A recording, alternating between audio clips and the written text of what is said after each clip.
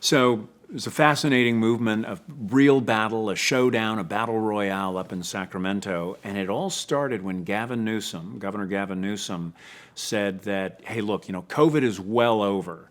It's time for state workers to come back into the office and get back to a kind of a normal routine of working in the office. And his reasons for doing so are borne out by lots of research, that people work better and more collaboratively when they're all in the same space together rather than flung across, counties and even state lines and trying to do their work virtually. So during COVID, virtual work was a necessity. Remote working is no longer a necessity. Newsom said, everybody, let's get back into the office for a minimum of 2 days a week. And I'll let various office managers and agencies figure out whether 2 days is the right number or 3 or whatever their number is. But we got to have a systematic process for getting people back into the office. Well, immediately, a bunch of government unions who represent California's 200,000 public employees said, no, hell no, we're not going back to work. There's not a chance we're going into the office. We like what we're doing now just fine. That is working at home in our sweatpants and doing our jobs there. So they started to make a joyful noise that they would not go back to work. They appealed, they got mediators to step in, and the mediators said, no, the governor has an absolute right to make you go back to work. Well, the next thing that happened was a fascinating development that united Democrats and Republicans, unusually in Sacramento, united lawmakers from both sides of the aisle, Republicans and Democrats, in a committee that's called the Legislative Audit Committee, who agreed 13-0 that what they wanted to do next was to examine the governor's back-to-work proposal. Now, the reason for this is because government unions in California they finance the campaigns of people like our state lawmakers, like our governor. They finance their political campaigns. And once those people get into office, they return the favor. They say, look, you unions helped us get into office. We'll give you whatever you want. It's why our system is so dysfunctional in California. Government unions well and truly control legislation and every statewide office.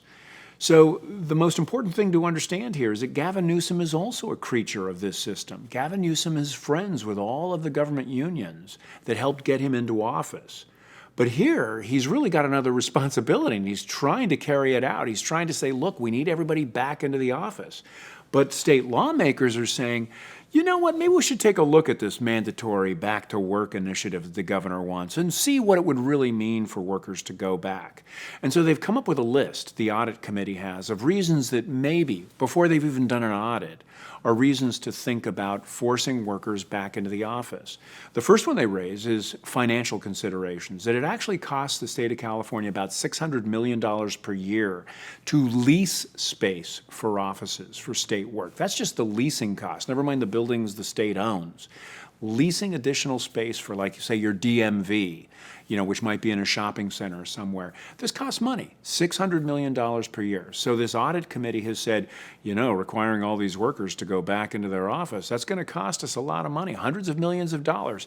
Maybe we could save some money there. Then they move on. Having people commute back to the office produces climate-changing emissions. The carbon emissions from all that transportation of workers going into the office, coming out of the office, that's bad for the environment. We should truly look at that as well. Oh, and by the way, those transportation trips, those trips from home to office and back home again, that costs workers money. They have to pay for gas, they have to pay for a car, insurance, or bus pass, or a train. That costs our workers money. That's something that we really ought to look at as well.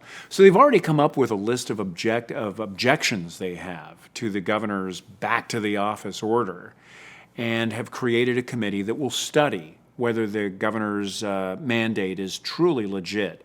But the governor's in the right on this. The workers have to go back into the office. There is nothing in their agreements that would allow them to stay out of the office now, except this legislative committee, which immediately, just came out and said, we're going to have to take a long look at this.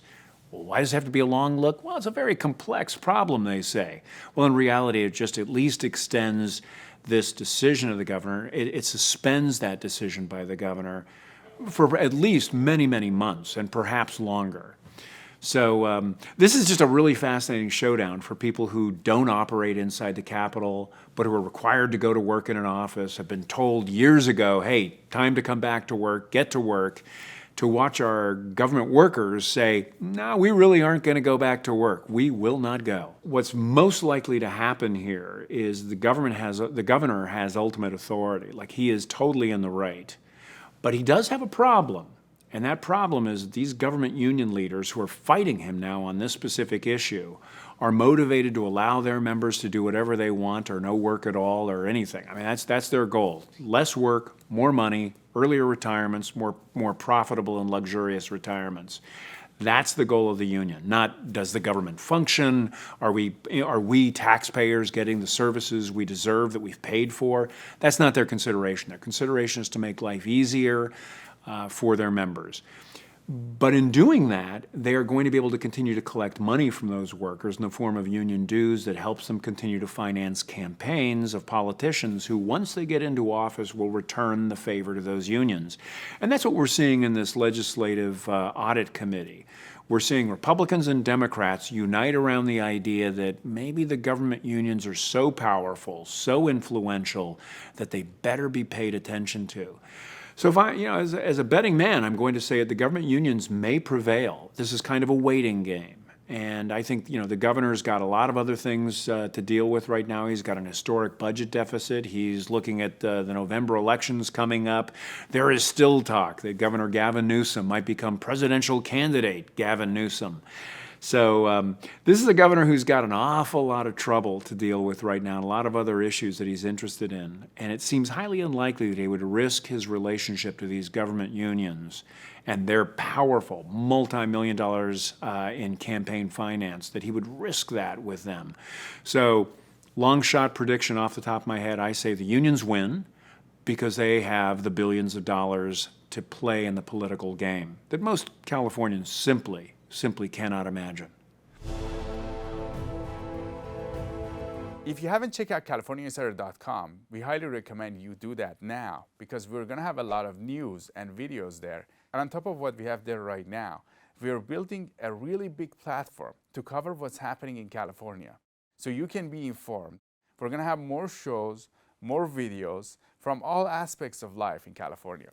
Go to CaliforniaInsider.com and we'll see you there.